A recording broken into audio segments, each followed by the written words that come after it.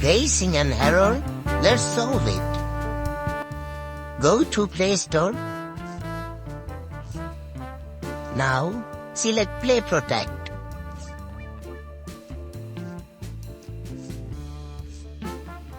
And turn off those.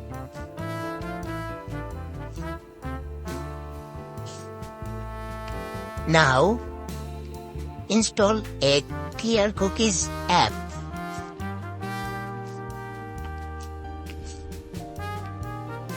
Now, we will clear all the app's cookies.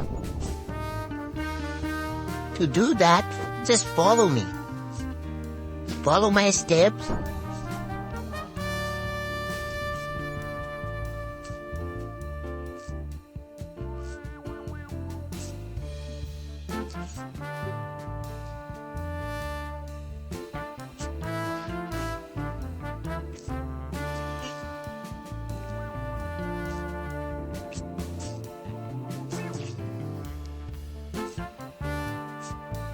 And done.